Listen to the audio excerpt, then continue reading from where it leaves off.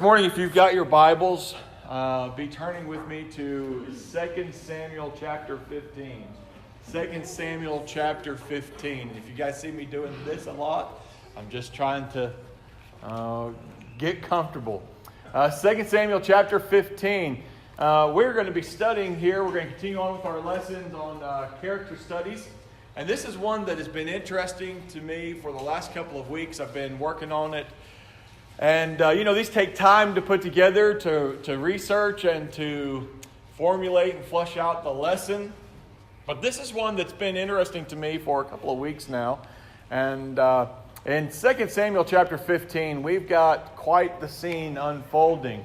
If you've got a Bible, you'll see that this is Absalom's conspiracy. Absalom, being the son of David, is now setting forward in 2 Samuel chapter 15 to destroy his father's kingdom. Whether he is intentionally doing that or not, whether he's intentionally destroying his father's kingdom, could be argued. I think he knows what he's doing, and he is certainly getting the right people around him to do just that. But he is creating havoc. He has decided that David is not being a good enough king, and so he is going to take on the kingship for himself. And in doing so, he begins to gather counselors, gather men around him. And the scriptures tell us that about verse number 11, if you'll turn with me there, and we'll continue to read on, it says, "With Absalom went 200 men from Jerusalem, who were invited guests, and they went in their innocence and knew nothing. And while Absalom was offering the sacrifices, he sent for Ahithophel, the Gilonite, David's counselor from his city Gilo. And the conspiracy grew strong, and the people with Absalom kept increasing." Now, when we study this, I don't want us to get lost in the weeds about the conspiracy between Absalom and David and what's going on there, because that's generally the text. When we study the text, that's who we focus on. But this man Ahithophel is interesting to me, and this man is so vengeful, and we see that he's played such an important role. But who is he? Who is this man Ahithophel? David's son Absalom has rebelled against his father and is trying to take over the nation. And we get to the scriptures there, and it says that Ahithophel is a man who was a counselor of David. But not just any counselor. He was, according to the scriptures, almost as if David had built up Ahithophel to where he could do no wrong. As a matter of fact, many times Ahithophel did wrong. Several times, blatantly, Ahithophel did wrong, and David did nothing about it. He allowed himself and the nation to suffer at the hands of this wicked counselor, and for some reason, we just see opportunity after opportunity for David to correct this problem going unchecked. Wonder why. In researching this, I come to find out that this man wasn't just any ordinary man. As a matter of fact, the scriptures say that this man has a special tie to David, and I think that we begin to understand exactly why David's inaction was what it was when we begin to understand who this man is. You go to 2 Samuel chapter 23, verse number 34, and what you find is that the scriptures teach that he is the father of Eliam. In other words, Ahithophel is the father of Eliam. We go, okay, well, who is he? Well, according to the scriptures, Eliam is the father of Bathsheba. So that would mean Ahithophel is the who? Grandfather to Bathsheba. Huh. I wonder if that had anything to do with why Ahithophel was so anxious to go and to give bad counsel to David and to give wicked advice to David's son and to act as a betrayer of the nation and to strike out against David and to give bad and what he knows to be bad counsel to Absalom. Was it because of family vengeance that he did this? The scriptures paint a pretty grim picture. Let me ask you this. What would you do if it was your granddaughter and now David is taking your counsel? Would all be forgiven and forgotten? I would like to think, I'd like to say, oh yeah, absolutely. Well, if God chose David, then I certainly would. But, I've got a human side, and the sad part is that Ahithophel did too. So what happens? Ahithophel is known as giving bad counsel. And I want us to look at 2 Samuel chapter 15. I want us to see something that I think is interesting at least. Notice verse number 30. But when David went up to the ascent of the Mount of Olives, weeping as he went, barefoot and with his head covered. In other words, he's in the mourning process. And all the people who were with him covered their heads as they went up, weeping as they went. And it was told David, Ahithophel is among the conspirators with Absalom.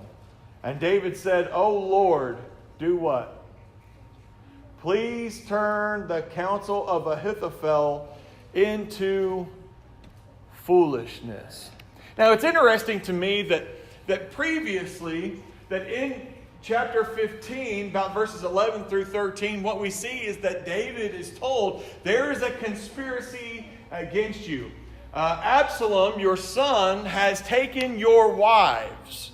He has taken your wives. Now, if we understand anything by Mediterranean culture, Mediterranean law, that was as good as dethroning the king. As a matter of fact, that was the purpose of him taking his wives. Because think about this. If a man, we understand this as far as elders today, if a man can't rule his own house, then he can't rule what? A kingdom, let alone the kingdom of God.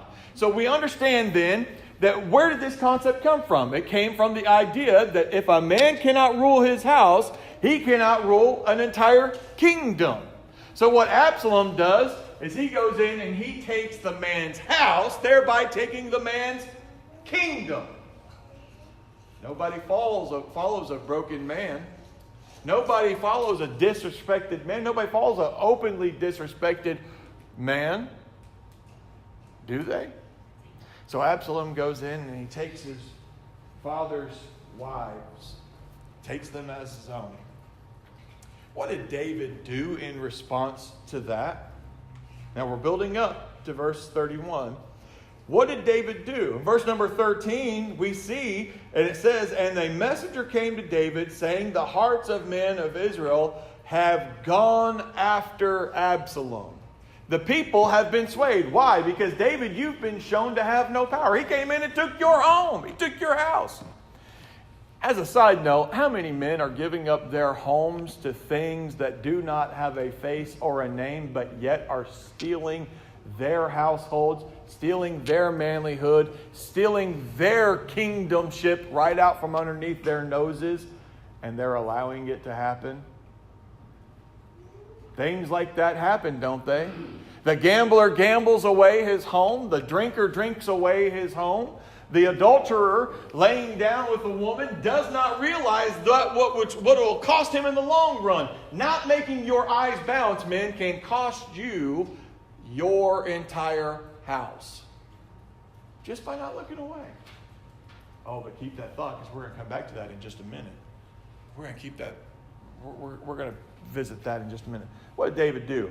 And a messenger came to David saying, the hearts of men of Israel have gone after Absalom. In other words, the nation has been swayed, and they have left you. Who is this man?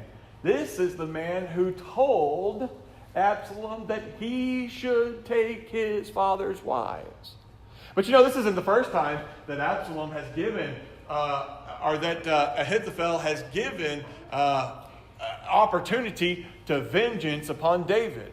As a matter of fact, the scriptures and history, Jewish history, paints this picture of Ahithophel that is just wicked. It's just evil. If you look at 2 Samuel chapter 6, verse number 6, you're going to find the account of Uzzah. Now, you know the name Uzzah. Uzzah was the man who, when they were moving the Ark of the Covenant, they put the Ark of the Covenant on a wagon being pulled by animals, right? Was that how God instructed them to move the Ark of the Covenant in the first place? No. God told them that the Ark of the Covenant was something special. He said that it was not to be moved, it was not to be touched unless by a certain tribe.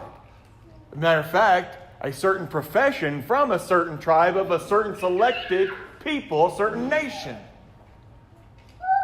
Even further than that, a certain men of a certain profession of a certain tribe of a certain nation. So we're getting down to the very specifics. But you know what happens when man doesn't honor laws and when man does not enforce laws? You know what happens?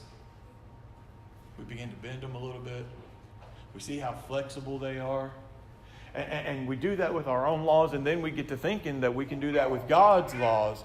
And sometimes we have to find out the hard way that God is not as flexible with His laws as we are with God's laws. And so what did they do? They said, well, yeah, we understand that the Ark of the Covenant is supposed to be carried a certain way, but we're not going to do that. It's a whole lot easier. Listen, God, we've taken care of this. We know that you said it's supposed to be carried by specific men with specific training from a specific tribe of a specific profession. We're not going to do that. We've invented the wheel over here. So what we're going to do is we're going to put it on this cart, and then we're going to have it move that way. Don't worry, God, we're doing the heavy thinking down here. Well, what happened when that cart began to rock a little bit? Folks, if you don't think that you would have been Uzzah in that moment, and you're better planned than I am. Uzzah did what I think any of us would do. How many of y'all parents riding down the road and you have to hit your brakes really quick? What do? Get your little one in the passenger seat. What do? This is going to stop everything, right? This, in a car wreck, this is better than, my mama used to do this. This is better than a seatbelt, right? That's what we do, right? The Ark of the Covenant is falling, so what do? Put our hand up. God's not as flexible on His laws. They are not suggestions, are they? So what ended up happening in 2 Samuel chapter 6, verse number 6, chaos has broken out because the people have forgotten how God ordained His Ark of the Covenant to be moved. How do you get to the point as a nation that you forget the covenants of God? Psalm 78 tells you exactly how. That's another sermon for another time. But the people forgot to teach the children. The children grew up in a generation that did not know how to move the ark. So, what happens? David is in chaos. The nation is in chaos. He goes to Ahithophel. He says, how do we fix this problem? Ahithophel mocks and ridicules David. How in the world do you not know how to move the ark, don't you? Oh, well, look at you. And ridicules. David has to get to the point where he has to threaten Ahithophel with hanging before he finally tells him. First of all, didn't God tell you this, David? Didn't God tell you this? This is a decree from God how it's supposed to be moved. The golden rings, everything was lined out for you. How did we get to this point?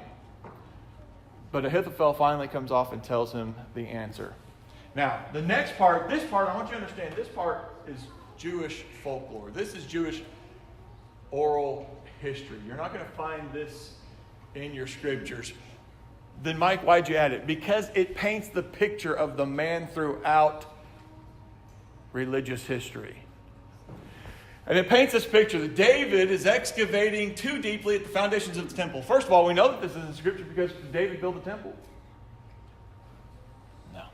David didn't build the temple. So he's building foundations of the temple with the result that the earth's deepest floods broke forth and nearly inundated the earth. None could help but Ahithophel, who withheld his counsel in the hope of seeing David borne away upon the flood. When David again warned him of the malediction, in other words, the threat of being hung, Ahithophel counseled the king to throw a tile with the ineffable name of God written upon it into the cavity, whereupon the waters began to sink, to go back. What picture does that paint of Ahithophel throughout Jewish tradition? Not a very good one, does it? paints the same picture as we get at 2 Samuel chapter 6, verse number 6. But you can go down here another time. You would think, now first of all, you would think that after the first incident, David would have done something about the individual named Ahithophel. He would have decided that, you know what? This guy is a rascal. This guy is no good. I should not have someone like this in my life. You'd think he'd say that. I would expect him to say that. But for some reason, he didn't. The second time, you would think David would finally come to his senses and go, you know what? This is the second time that this guy has done me over. Maybe it is the case that this guy's just no good. Maybe this guy's got something against me. But he didn't. So we get to the third time. 2 Samuel chapter 12, verses 11 and 12. Ahithophel convinces David's son, Absalom, to go in and to take David's wives. And now we are at our current predicament. David, because he refused to deal with the problem named Ahithophel earlier on, has now been run out of his kingdom, but worse than that, he has been run out of his own house. Why? Because of a rascal named Ahithophel. But you know, if we were going to try and boil this down and we were going to try and learn something from it, what would we learn? You know, the point of these character studies is that we can learn something from these individuals. We want to walk away learning something today. So first of all, I want to look at the lessons we can learn from David's mistakes. First of all, I think a mistake that David made was that David allowed Ahithophel far too much influence and far too much power for far too long. Folks, how many times does someone have to burn you in your life before you finally put up that wall and say, you're not allowed to harm me or my household anymore? But go back to my example. Take the name Ahithophel off of it. How many men have given things in their lives far too much influence and far too much power for far too long? What we do is we become distracted by the fact that it doesn't have a name or a face, but yet it is still just as deadly as Ahithophel. But you know what else I think is that David should have also never sinned with Bathsheba in the first place, right? Now think about this sin with Bathsheba. It was not a private sin. David walked out into a public place, looked out, saw her, and men, remember, did he make his eyes bounce? What do I mean by making his eyes bounce? When he walked out there and he saw her, what he should have done was made his eyes bounce over to the next thing and gone back inside so he could not be tempted. But David did not make his eyes bounce. And what he did was instead he took it even more public. He called servants in and said, who is that over there? Says, "O king, isn't that the wife of your servant, Uriah the Hittite?" He says, yeah, that's her. That's exactly who that is. He tells servants, go get her. Nothing that David did with Bathsheba, nothing that David did with Uriah the Hittite was secret. Nothing was private. I don't even think that Uriah's letter that he carried with his own doom was unknown to Uriah. Read the scriptures. There's nowhere in there that says that it was a sealed, secret document holding his life. But you know what? A king had sent the letter, and Uriah was a soldier. Uriah followed the orders. But everyone else knew that too, including who? Bathsheba's grandfather. Bathsheba's grandfather. That brings me to this point. How many of our injuries are self-inflicted? Certainly by the time you get to the point where a person or a thing has injured you for the third time, and risked your life for the third time, certainly by that point we can agree you should be learning the lesson, right? The stove is hot. Maybe I shouldn't grab a handful of it. Folks, do we say that David should not have sinned with Bathsheba? Of course we do. Of course we do. But David should have learned from that mistake. He should have learned from that mistake. 1 Corinthians chapter 15, verse number 33 says it exactly correct. Be not deceived. Right there, David's already failed. I believe David, for some reason, has been deceived by Ahithophel. Go back to 2 Samuel chapter 15. Hundreds of men have left David. Hundreds of men have been swayed. He's told that an entire nation, that the emotions, the affections of an entire nation has been pulled away from David. The scriptures don't really record much of the response, but when David hears that Ahithophel has been pulled over to Absalom, what's his response?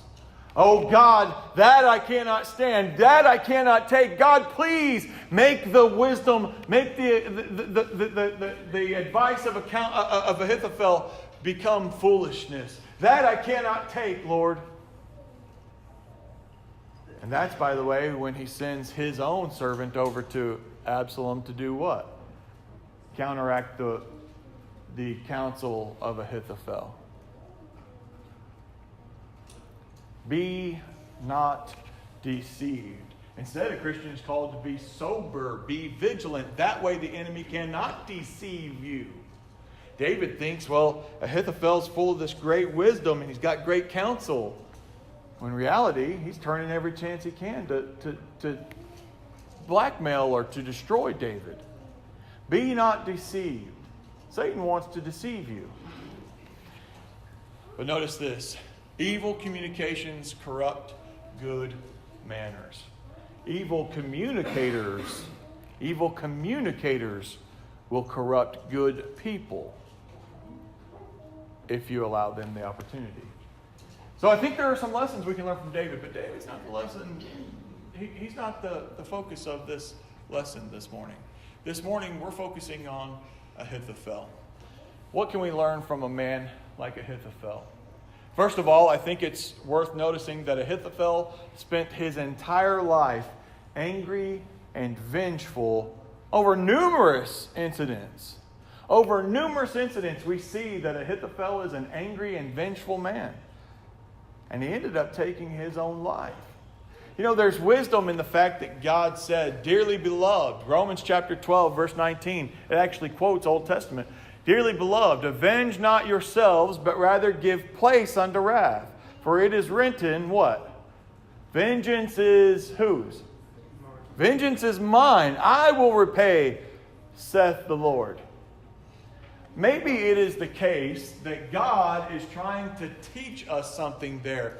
Vengeance was something that was so strong that it ate up Ahithophel. It almost ate up David, almost ate up the kingdom. Maybe God is saying vengeance is so strong of a thing that no man can handle it. He says, trust me when I tell you, leave it to me. Leave it to me. Vengeance will destroy you. Leave it to me. I will do the repaying. If you allow it to get into your life, you will be the one destroyed. Now, I challenge you, tell me any one person you know of in history or in your own private life who was consumed with vengeance and it turned out to be a good thing for them.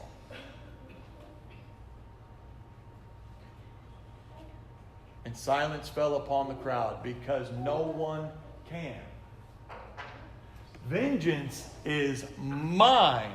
I will do the repaying, God said. Why? Because it will destroy us.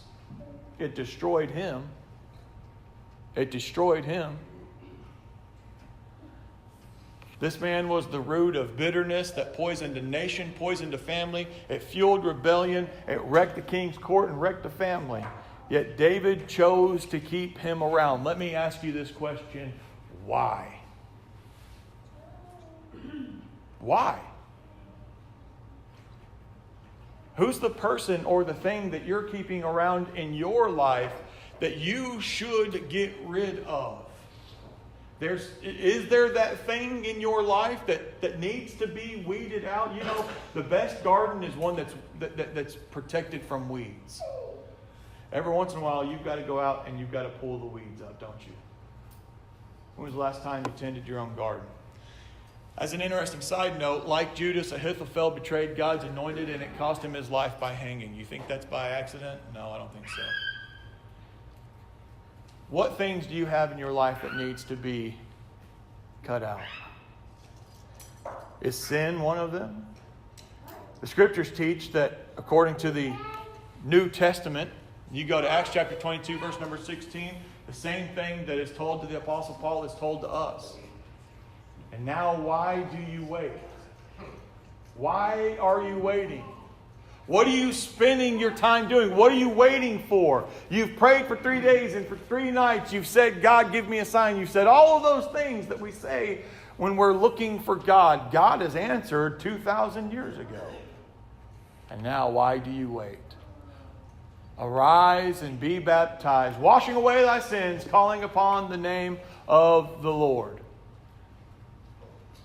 Folks, that hasn't changed. The answer is still the same. God's given you a sign. It's called the Bible. What do you need to do this morning? Do you need to come to Him and submit yourself to baptism? Or maybe do you need to come back to Him to be restored unto the Lord? You know what your needs are, and the Lord knows what they are. But we want to help you in any way that we can.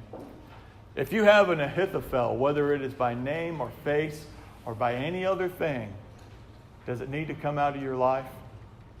Are you ready to deal with it this morning? If we can help you in any way, won't you let it be known while we stand and sing?